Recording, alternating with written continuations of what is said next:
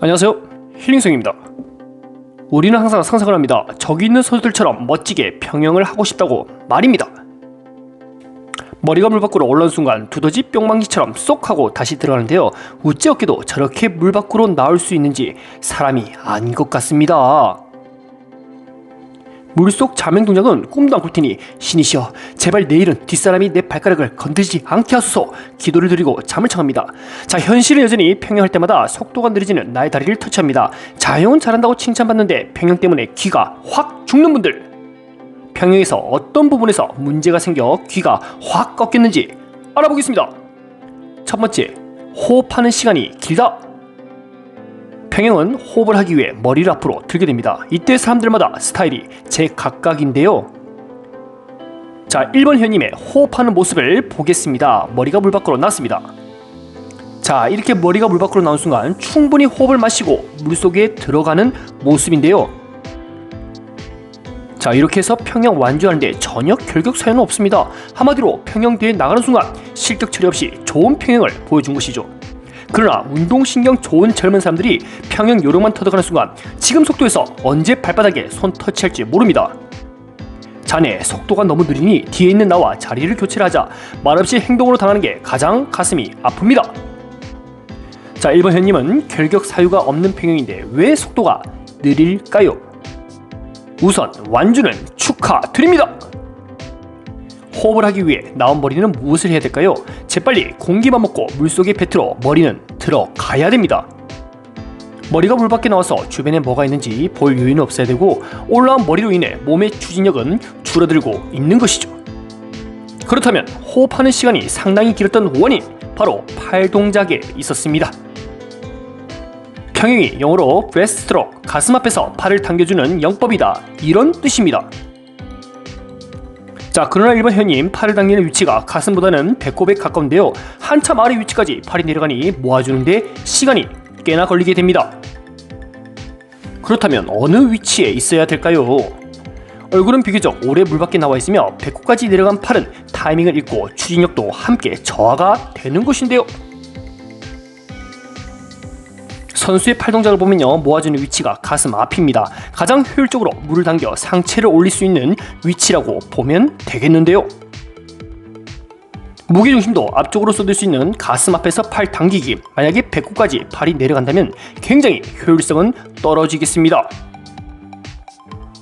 둘째, 손목이 꺾이면 추진력도 함께 꺾인다. 자, 2번 현님 출발했습니다.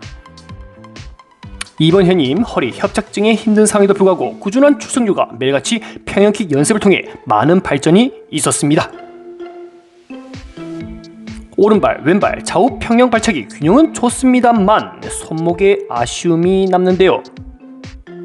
자, 팔이 앞에 나란히 놓여있는 상황에서 물을 잡는 캐치 상황, 이때 손목이 꺾이면서 포크레인식으로 물을 잡아내고 있는데요. 스탑. 2번 현님 평영 동작을 하도 많이 봐서 물속에서 관찰을 안 해도 한 번에 확인할 수 있는 부분이었습니다. 누가 봐도 나 오늘 손목 꺾어서 물 당겨올 거야 라는 제스처이죠. 어떤 영법이든 물속에서 손목 꺾이는 순간 효율성은 떨어지게 됩니다. 효율성은 올려야 되겠죠. 자, 선수들은 손목을 어떻게 유지했을까요? 선수의 영상 보겠습니다. 평영 풀동작의 슬로우 모션인데요, 손목은 꺾이지 않고 팔꿈치가 살짝 구부러지는 모습인데요, 팔이 모아지는 가상의 선 위치, 즉 가슴 앞에서 모아서 글라이딩을 시도합니다. 손목은 꺾이지 않았습니다. 물론 손목이 먼저 꺾이는 것도 이해합니다. 손목 관절이 다른 관절보다 개입하기가 편하고 움직이기는 이것이 좋거든요. 그러나 평영을 내 편한 대로 하려고 시도하다가는 영영 느리게 평영을 할 수밖에 없습니다. 3번 현님 출발합니다. 자, 3번 현님 여기서 평영 에이스입니다. 평영 퀵 동작이 세기도 좋고 팔 동작도 아주 깔끔한데요. 자, 3번 현님이 오늘 질문했던 내용, 셋째, 팔을 앞으로 쭉 뻗는 팔 글라이딩을 정확히 어떻게 해야 되나요? 유선형 자세에 가깝게 만들면 됩니다. 자, 팔을 앞으로 쭉 뻗는 글라이딩 상황에서 선수는 저항을 최소화하기 위해 머리를 상당히 숙이며 팔을 귀에 가까이 붙여줍니다. 만약 어깨 유연성이 부족할수록 팔의 위치는 내려갈 것이며 심한 사람들은 얼굴까지 내려가는 경우도 있습니다. 자, 그래서 평형은 다른 영법도 마찬가지지만 울퉁불퉁한 파워 근육보다 어깨 회전이 원활하게 잘 돌아가는 유연성 있는 사람들이 수영에 유리합니다. 평형은 당기는 근력에 힘도 중요하지만 그 이후 물의 저항을 줄일 수 있는 유선형 자세가 필요합니다. 팔을 당길 수 있는 힘 아니면 강한 평형킥, 이것저것도 아니면 글라이딩 하면서 유선형 자세를 만드는 어깨 유연성, 3개 중에 한 개라도 좋아야 발전 가능성을 엿볼 수 있습니다. 3개 다 아쉽다 해도 연습하면 조금은 늘겠죠. 넷째, 평형 팔다리 동작의 부조화. 평형을 잘하고 싶은데 킥에 신경을 쓰면 팔이 안 되고 팔에 집중을 하면 다리가 안 되는 사태들이 벌어지는데요. 이런 경우는 킥판을 잡고 평형킥을 그리 열심히 했는데 팔 동작을 막 배우는 단계에서 팔과 다리를 같이 하려고 하니 오류가 생겨나는 현상입니다.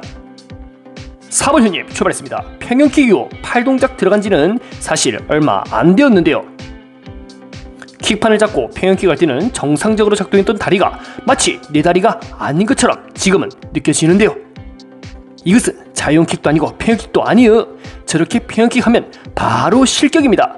탈락! 그리고 몸이 가라앉는 것에 불안감이 더하여 마치 살려달라는 기도 주문을 하는 것처럼 보입니다. 스탑!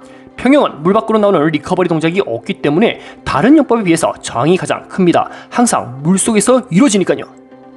거기다 손을 직선으로 뻗어야 되는데 심리적 압박감이 크다 보니 손의 위치가 지금 물 밖으로 나오게 되었습니다. 이래나 저래나 숨을 참는 순간은 똑같으니 과감히 팔을 직선 형태로 뻗는 것을 권유드립니다. 자, 글라이딩은 짧아지면서 힘도 더 들고 물을 잡는 캐치 동작에서도 굉장히 이것은 비효율적이거든요. 하지만 우리의 4번 회원님에게 포기는 없습니다. 매일같이 평형 포기하고 싶다고 말하지만 그거 말뿐이지 않습니까? 첫 자유할 때 얼굴도 못 담그는 공포심을 이겨내고 여기까지 왔습니다. 이것 또한 지나가리라 라는 말이 있듯이 현재 위기가 곧 성장의 발판이 될 수 있는 것이죠.